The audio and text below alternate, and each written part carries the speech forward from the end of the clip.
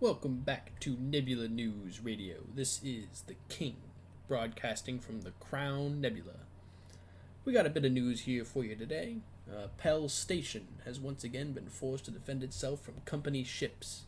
The ensuing battle led to 4 sections of the station being heavily damaged before Signe Mallory and Air Norway could drive off the attack.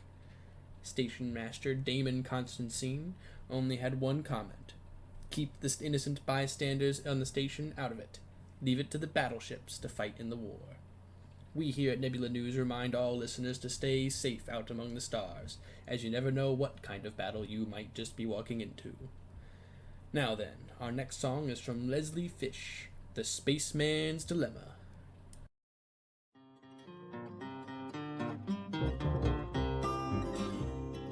What do you do when you've got to choose? One may win, but the rest must lose. Leave a lot of girls singing the blues. Who do you love? Who do you love?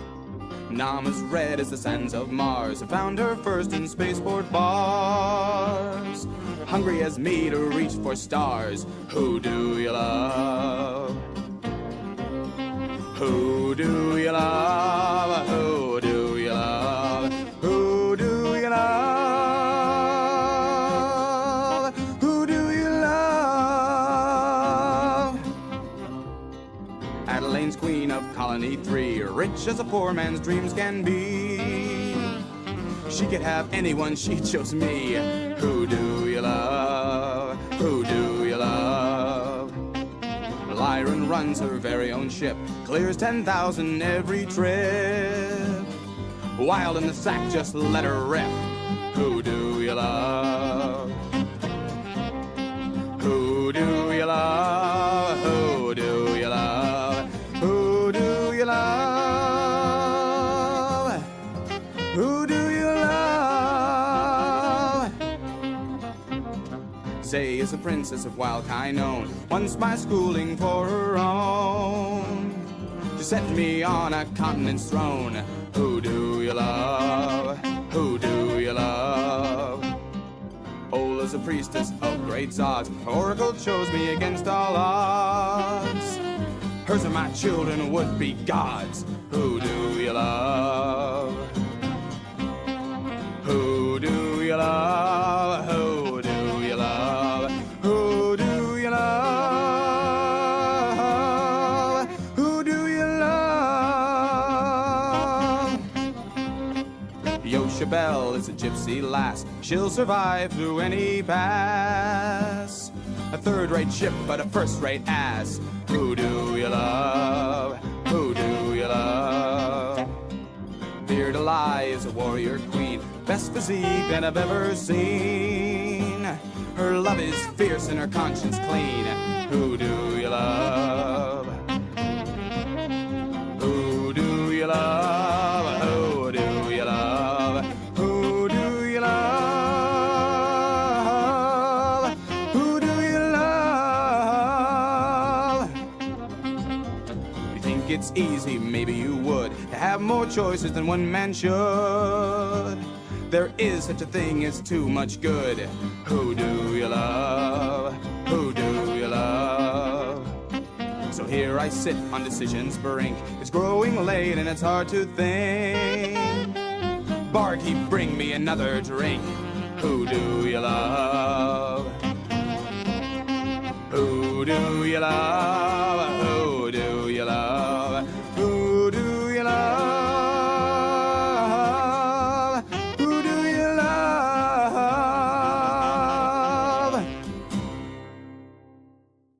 Well, I would hate to be in that position, I tell you, dear listener. Regardless, some more news for you.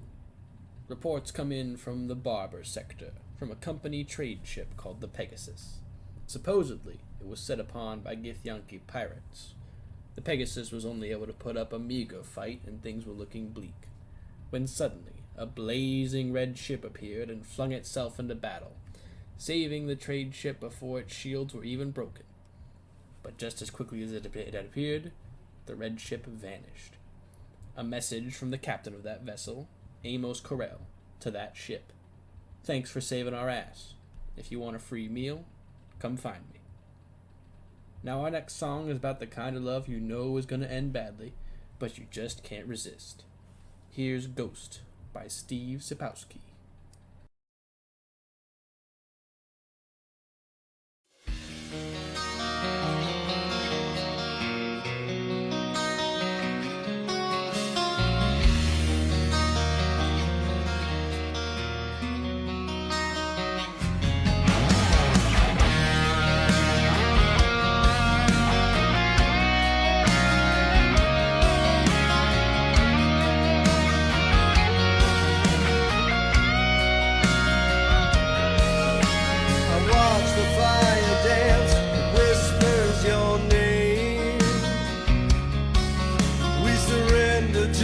Chance we were both the same. We tried to reach the sun, but we flew too high. We never became one, never wondered why. I hear your voice and it's calling out my name, while the candle burns and steals away the flame. Love was cold and dark, just like the grave. And still it goes on and on and on and on and on and on, like a ghost living in my head. The things you did, all the things you said, wasn't love, but something black instead. Like you, it's all dead to me now.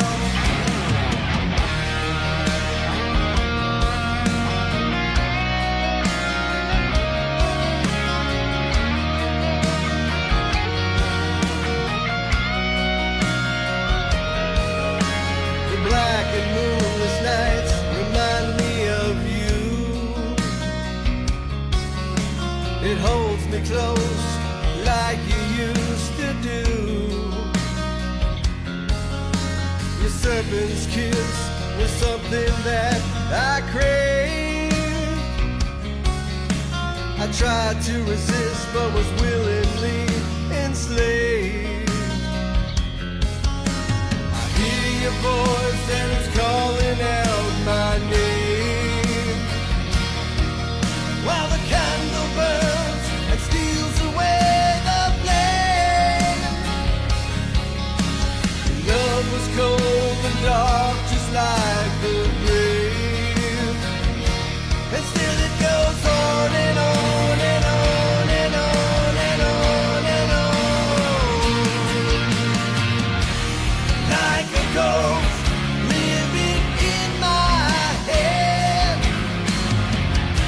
The things you did, all the things you said,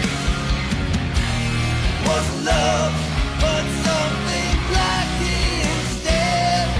Like you,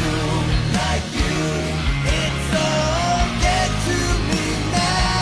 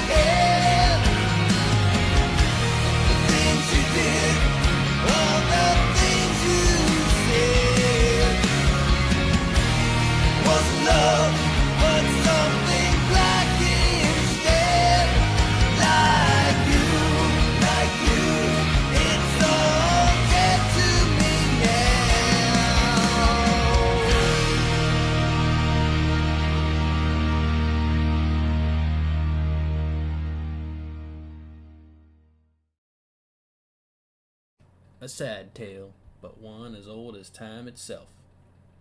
Here's another story for you. Reports from Harlock's Wager indicate that a large asteroid covered in masses of strange fungus and spores has been slowly drifting through the system. Eyewitness accounts say that while there isn't anything particularly harmful about the strange Voyager, it is certainly strange that the mushrooms are even able to survive at all in the deep vacuum of wild space. One particular onlooker seemed to be rather excited, shouting, "We are joy," repeatedly. Godspeed to that funky fungi traveler. This next song goes out to those long-hauling engineers aboard those cargo freighters. The Mass Driver Engineer by Doug Olson.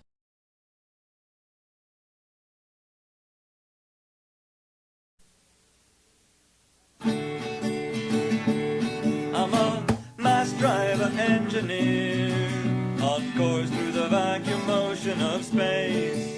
A freighter captain in the high frontier, running 3 months out of series. 3 months out of series. My ship is a hauling lady and slow. Acceleration takes time. A little thrust and we're underway, heading out from the asteroid mines. The engine's 10 kilometers long, a spear of coils and solar arrays. Our reaction mass is rock and slag. Out here we don't throw nothing away. I'm a mass driver engineer, on course through the vacuum motion of space. A freighter captain in the high frontier, running 3 months out of series. 3 months out of series. Casting off from Port O'Neill, bound for an L5 colony, with a load of chemicals to supply their industrial economy. Hydrogen, carbon and nitrogen, the asteroids process plenty. We're the only close source beyond old Earth, 'cause the moon it hasn't any. I'm a mass driver engineer, on course through the vacuum motion of space. A freighter captain in the high frontier, running 3 months out of series. 3 months out of series. Velocity changes completed and true. We're approaching cargo target. Then the payload's dropped and on its own, falling into L5 orbit. Do a job well done and we're going home. Come about, turn your tail to the sun. I got 3 months leave before I'm gone on another L5 colony run. I'm a mass driver engineer, on course through the vacuum motion of space. A freighter captain in the high frontier, running 3 months out of series. 3 months out of series. A freighter captain in the high frontier, running 3 months out of series.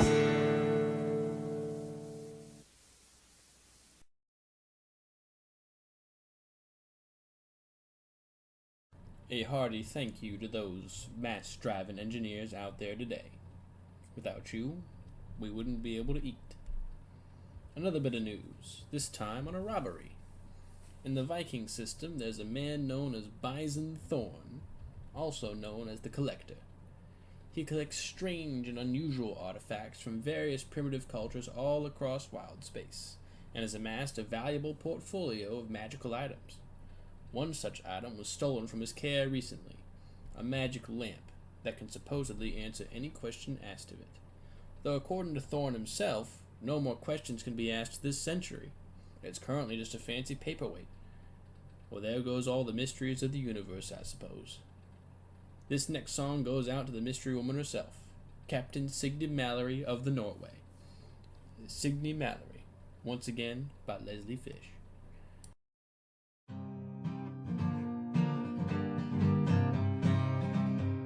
She's captain of the Norway, a thorn in Union side, protector of Bell Station and a source of grudging pride.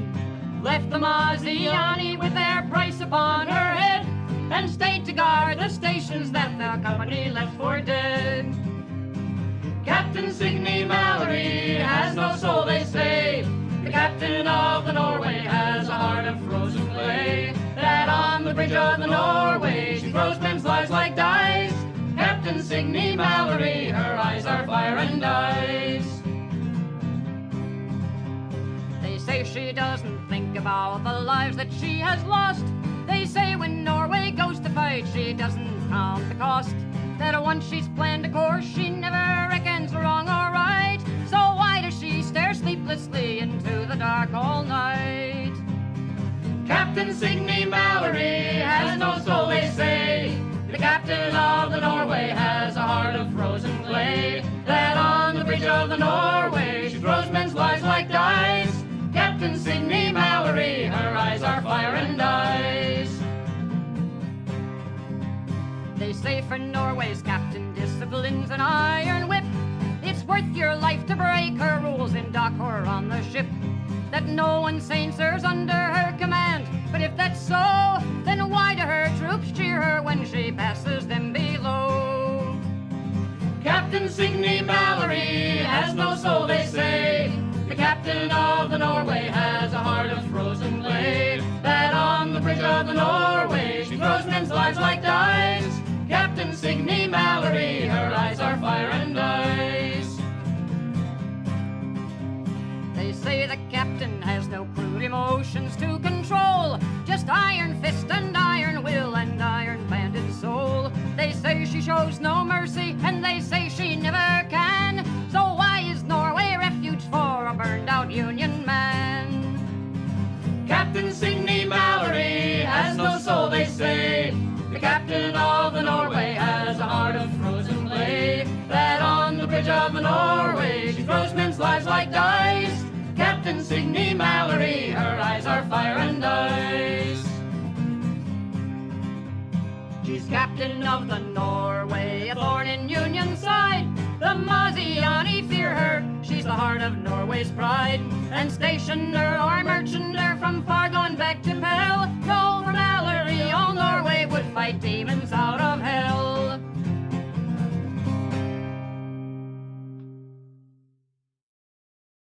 Signe Mallory is one tough cookie, and she defends Pell Station to this day. Though I wouldn't go ask for an autograph, she'd likely just throw you at an airlock. Another update on the Homeward Star constellation. One more star has disappeared from the cluster, causing yet more panic among astral navigators. The Homeward Star is a unique constellation that, no matter what angle it is viewed from, always looks the same. Due to this, it has served as a guiding beacon for all those in wild space. With no end in sight for the trade war and the constellation's location in no man's land, many astrologers are finding it difficult to research the exact reason as to why this constellation is disappearing. However, the residents of the planet Homeward, located within the constellation, are beginning the return trip from their pilgrimage across the stars. Hopefully they have a planet left to return to. This next song goes out to those brave souls who made that trek to find a way to save their planet. Pushing the Speed of Light by Julia Eclar.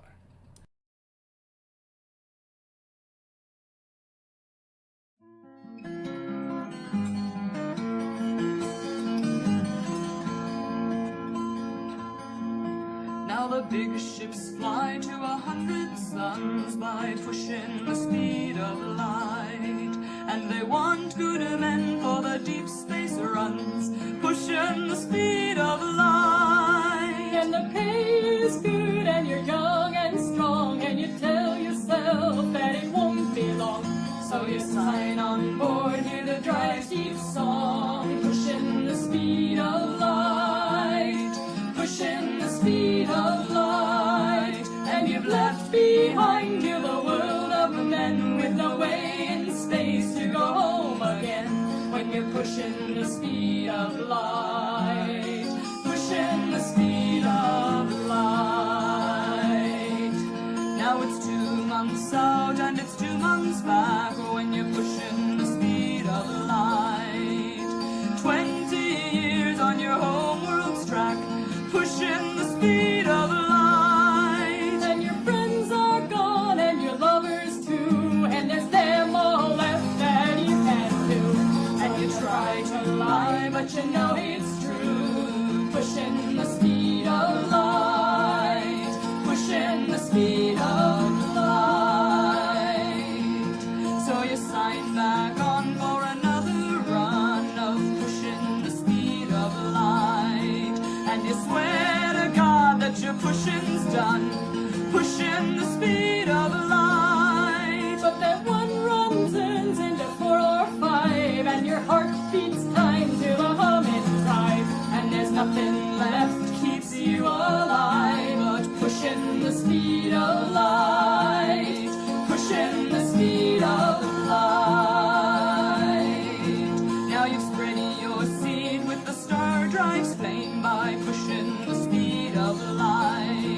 left sons behind you to carry your name, pushing the speed of light. And you watch them age and you watch them die as you race the light wind across the sky. And the gods are silent when you ask them why. Pushing the speed of light, pushing the speed of light. Now the speed of sea is all they say when you're pushing the speed of light.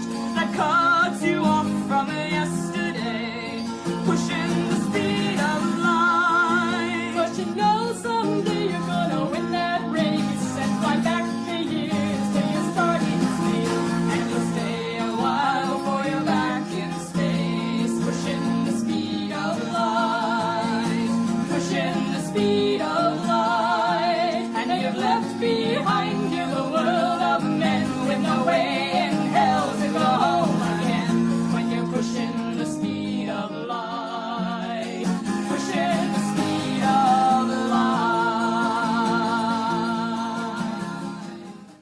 Speaking of the speed of light, here's another story for you. The disappearance of the spatium Cyphozoa, or more commonly known as the voidfish, is one of the greatest wild space mysteries to this day.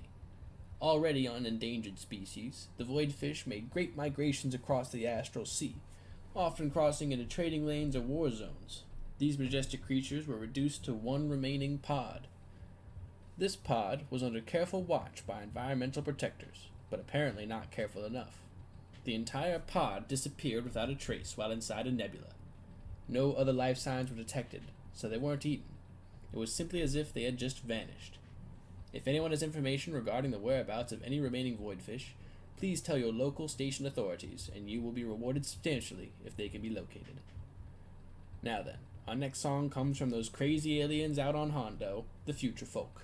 Here's Over the Moon.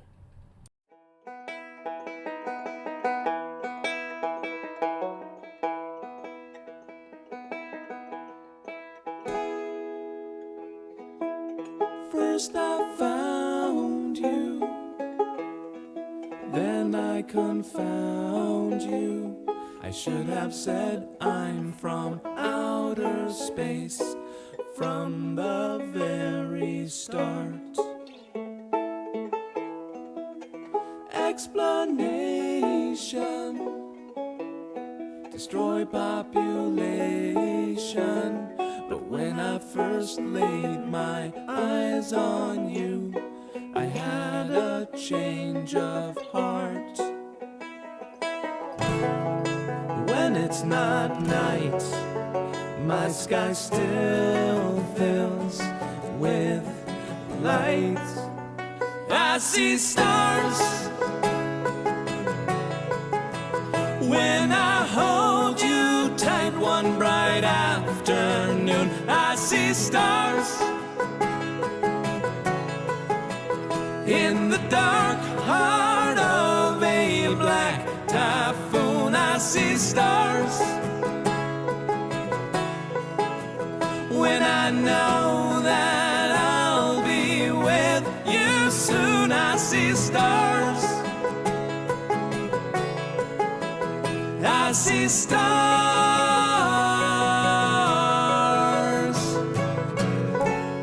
I'm over the moon.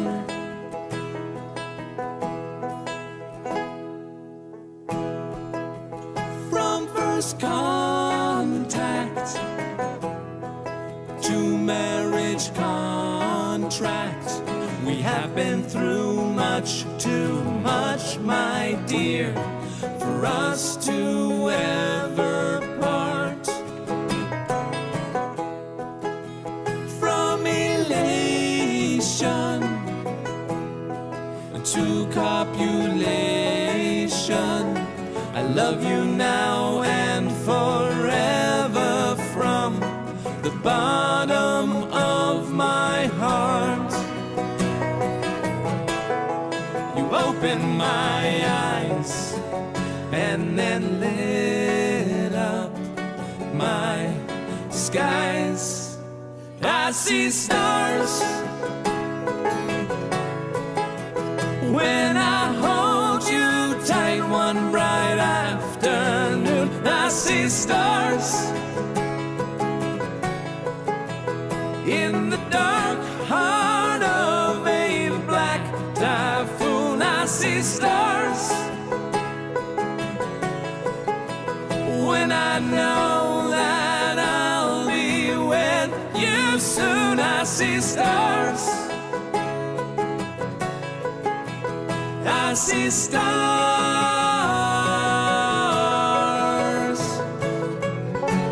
I'm over the moon.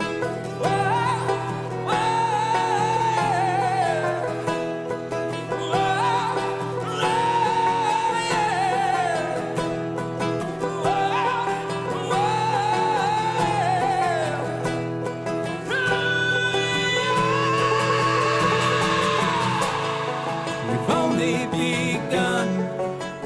You put light where there's none.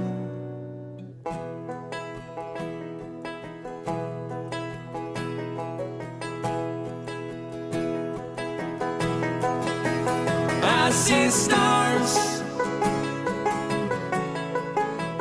when I hold you tight one bright afternoon. I see stars in the dark heart of a black typhoon. I see stars when I know that I'll be with you soon. I see stars. You make me see stars.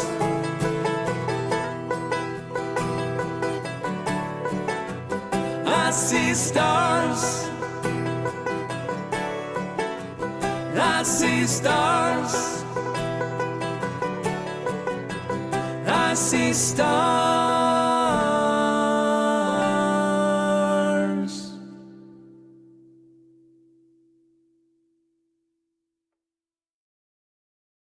That song makes me teary-eyed every time I hear it. But now on to more serious matters. Here's a quick PSA for all you listeners out there. Giant alien spiders are no joke.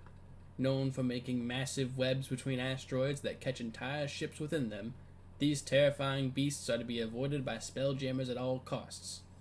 The webs they produce have an anti-magic property that disables spelljamming helms, meaning that once a ship is trapped within the spiderwebs, it will be extremely difficult to escape, as there will be no magic left to propel your ship. Avoid asteroids and debris fields like your life depends on it, because I assure you, it does. With that out of the way, here's our next song, Some Kind of Hero, once again by Leslie Fish.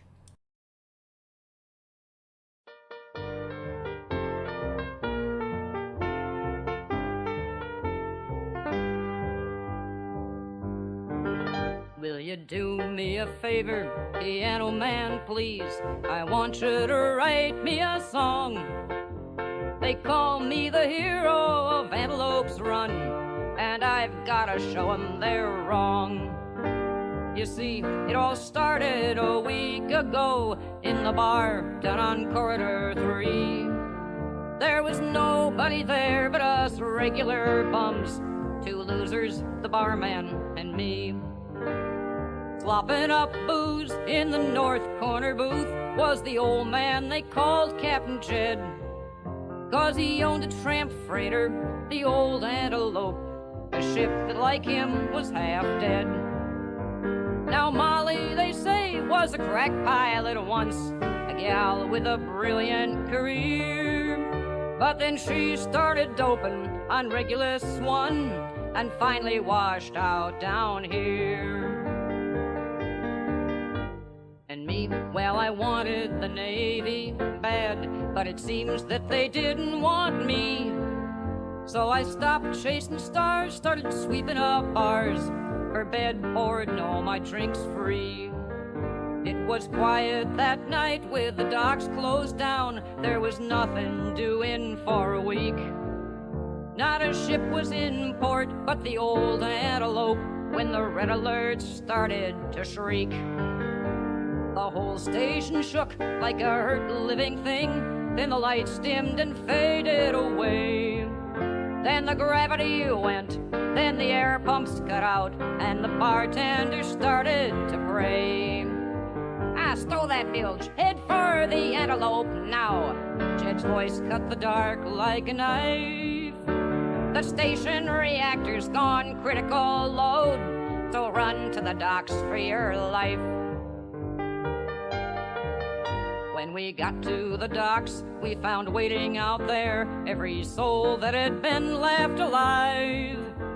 They begged with their eyes for poor old Captain Jed to tell them all how to survive. Break out the suits, said the captain to them, 'cause it's dark and it's airless and cold. But I swear I can get you all out of here safe, packed into the antelope's hold. Molly, he asked, can you navigate? Aye, she said, who do we have for a crew? The antelope needs only 3 hands, he said, and I think our young friend here will do. The confident look that he flashed at me then made my heart turn over with pride. I never once thought about backing away. I think I would rather have died. 200 alive in the antelope's hold, and the captain and Molly and me.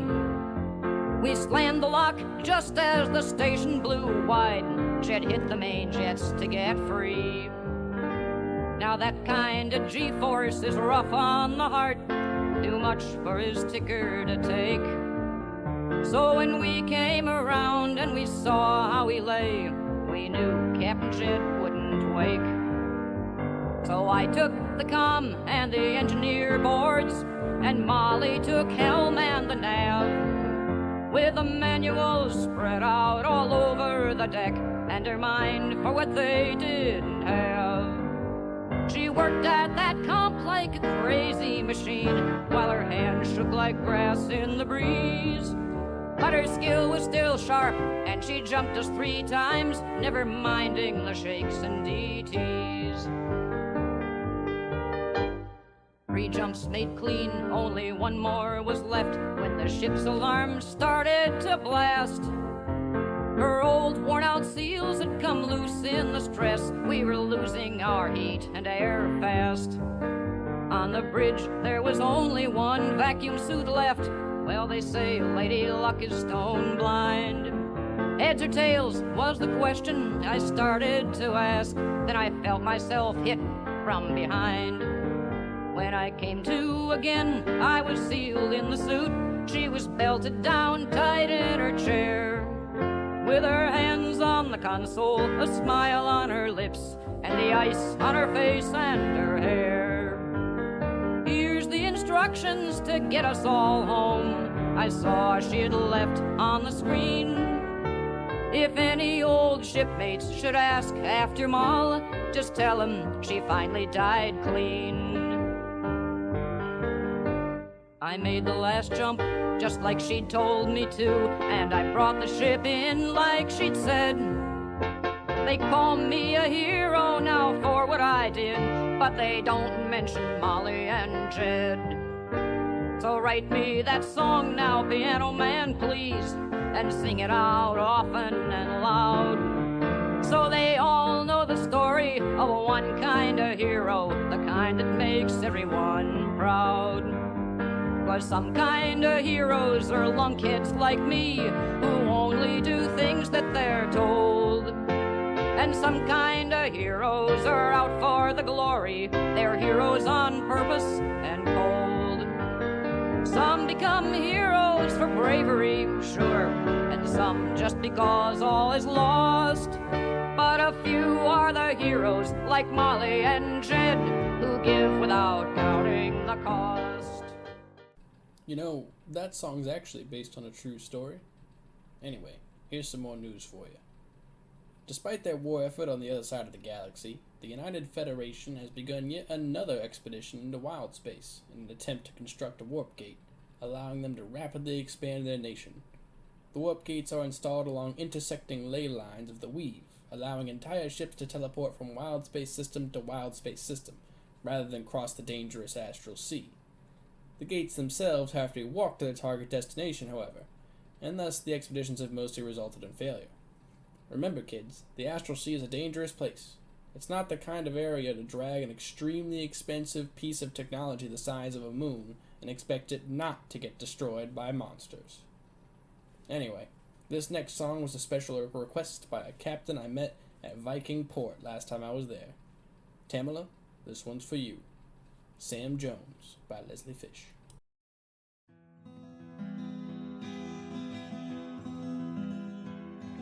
Now I met Sam Jones on a dockside night in a rundown Viking bar. A kid of maybe 15 years at that purely nowhere star. He had no ship, he had no skills, no name or family. And he looked at me like a thirsty soul at a boundless salty sea. For space is wide and good friends are too few. Captain, take me with you. Captain, I'll work for free. I was spacer born and stranded here. Dockside's not for me. Now that tale sure is an old one. Some stationer unwise had slept up with some spacer love and got herself this prize. For space is wide and good friends are too few.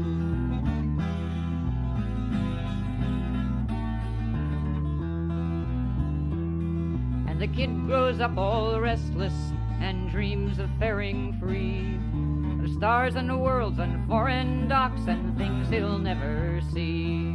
A spacer's more than born, I said, he's trained from infancy. And you've grown up station side, boy, you were no use to me. For space is wide and good friends are too few.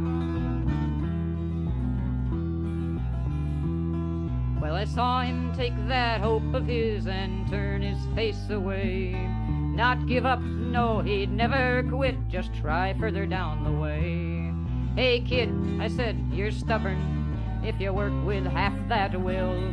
Well, our engineer could use a hand, but we've got a berth to fill. For space is wide and good friends are too few.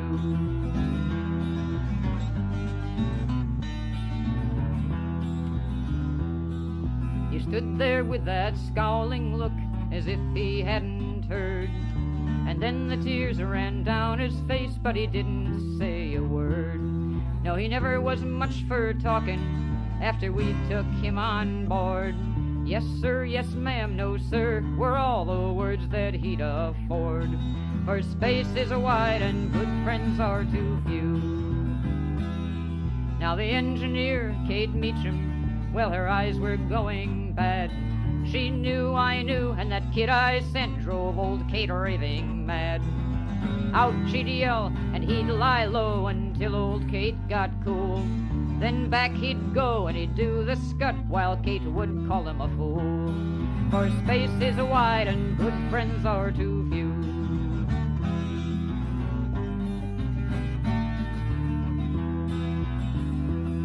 In time, Kate's eyes got much worse, and every crewman knew. But Kate herself, well, her heart would stop on the day she left the crew. That close-mouthed kid would never talk, he just covered Kate's mistakes. Kate, he'd say, check the number 4, or Kate, that's 9.8. For space is wide and good friends are too few.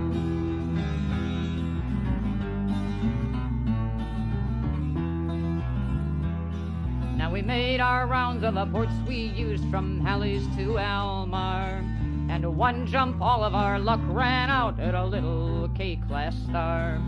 We hit a rock, a vane went down, the ship went kiting through. No way to stop, and no damn thing that a rescue ship could do.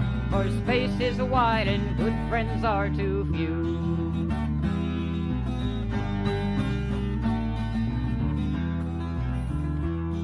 It's the number 3 bar, Kate Meacham said, that's broken on that vane. I'll send a man up, I said then, first hope I'd entertained. No way, said Kate, it's outside work, we can't fix that from here.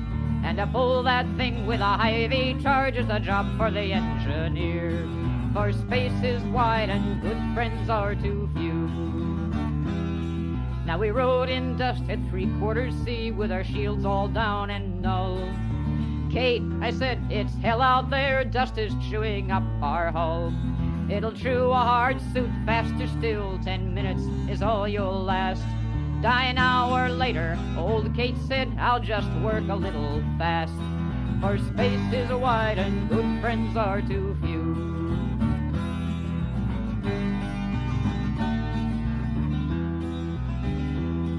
Well, old Kate put that hard suit on, she went out in the driving hail of a Hy-Vee gas that scoured our hull with a shriek like a banshee wail.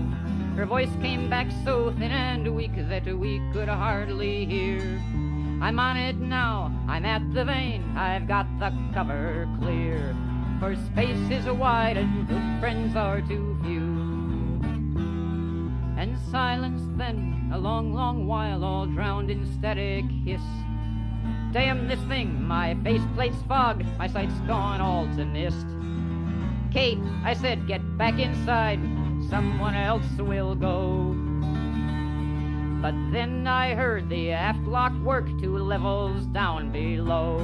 For space is wide and good friends are too few.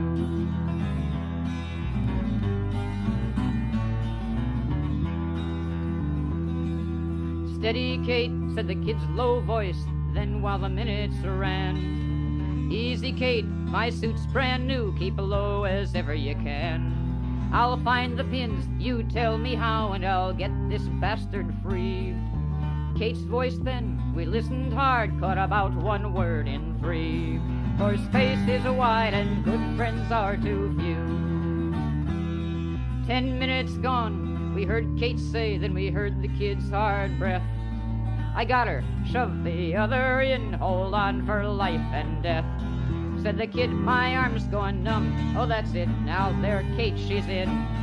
Get inside fast, get out of here, he went to static then. For space is wide and good friends are too few.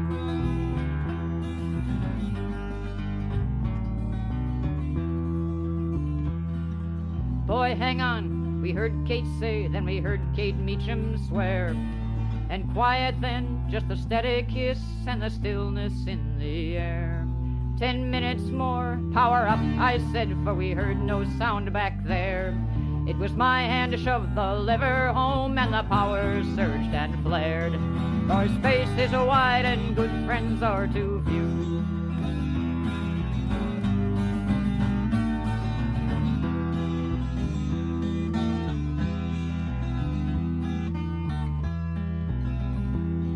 Our speed ebbed down and ebbed again as we turned for that Cape-class sun. But Kate and the kid went on together on the trip they'd both begun. Oh, half-blind Kate and young Sam Jones made a hell of an engineer. So turn down a glass for such as they, and thank God we're sitting here. For space is wide and good friends are too few. Yes, space is wide and good friends are too few.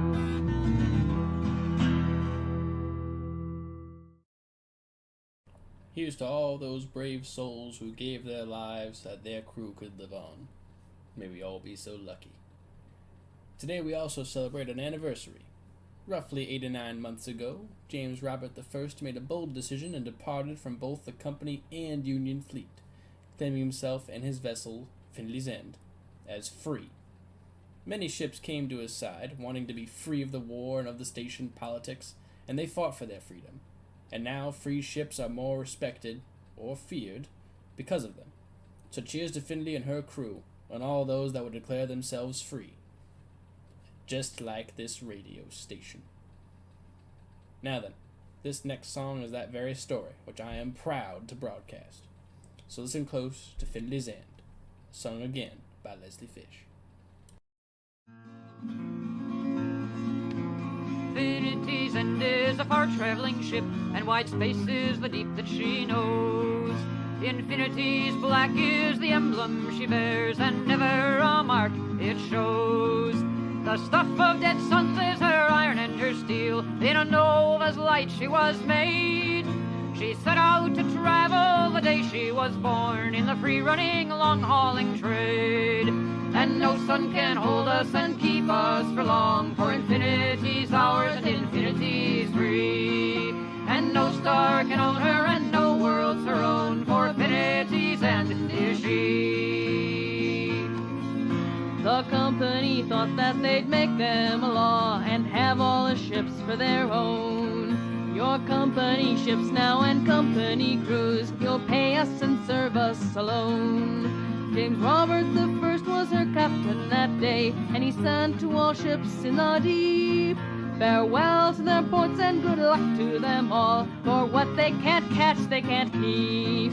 And no sun can hold us and keep us for long, for infinity's ours and infinity's free. And no star can own her and no world's her own, for infinity's end is she. And wonder to tell, Mother Earth changed her mind and called back her magistrates too.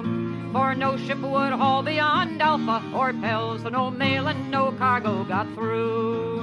Then Union side came with their ships and their guns and closed up the ports one and all. You'll all haul for us now, the Union men said. You'll come and you'll go where we call. And no sun can hold us and keep us for long, for infinity's ours and infinity's free. And no star can own her and no world's her own, for infinity's end is she. Now Captain James Robert was vexed and annoyed, so he sent out the word like before. We're free ships and crews and we go where we please. We'll haul you to hell and no more. Then Union side haulers like Candace and Faye, Marigold, Carina and Fame, from Union side ports reached the wide deep of space, and to infinity's end they all came. And no sun can hold us and keep us for long, for infinity's ours and infinity's free. And no star can own her and no world's her own, for infinity's end is she. Ah, well now, said Earth, you must come to our side, for there is no place else you can be. But Captain James Roberts still sent out the word that all ships from now on must be free. So no ship would come and no true ship would go, but the traitor Charlene and her kind. Charlene drifts in pieces around Charlene Point, and never a rest will she find. And no sun can hold us and keep us for long, for infinity's ours and infinity's free. And no star can own her and no world's her own, for infinity's end is she.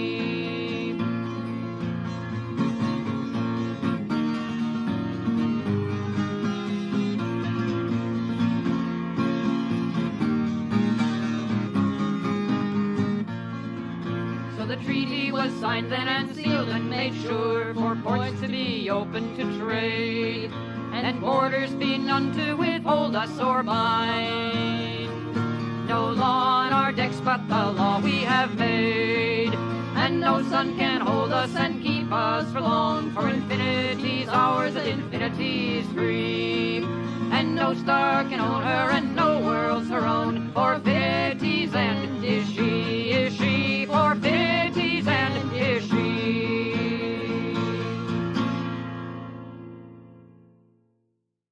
May all who hear that song be inspired to be free. This will be the final audio break for today. Thank you for listening to Nebula News Radio. I've been your host, The King, broadcasting to you live from the Crown Nebula. I hope you've enjoyed today's broadcast with all its songs and news. To all you comet riders out there, I bid you good luck traversing the folds of the velvet cloak. This final song will play us out this evening, dedicated to your ship's docks and sawbones. Treat them with respect, and they'll treat your injuries. Now all of you, have a good evening, and may the stars ever shine upon you.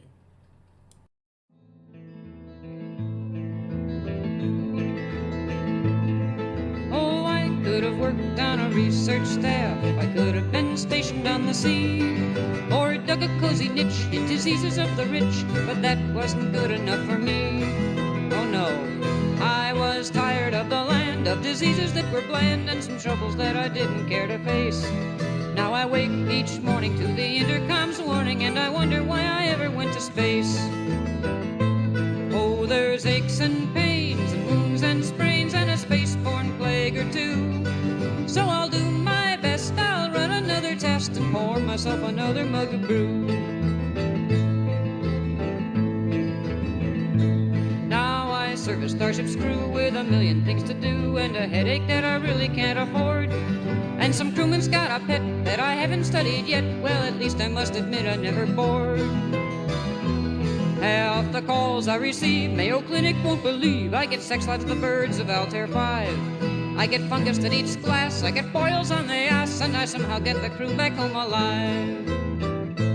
Oh, there's aches and pains and wounds and sprains and a spaceborne plague or two. So I'll do my best, I'll run another test and pour myself another mug of brew. Thank you.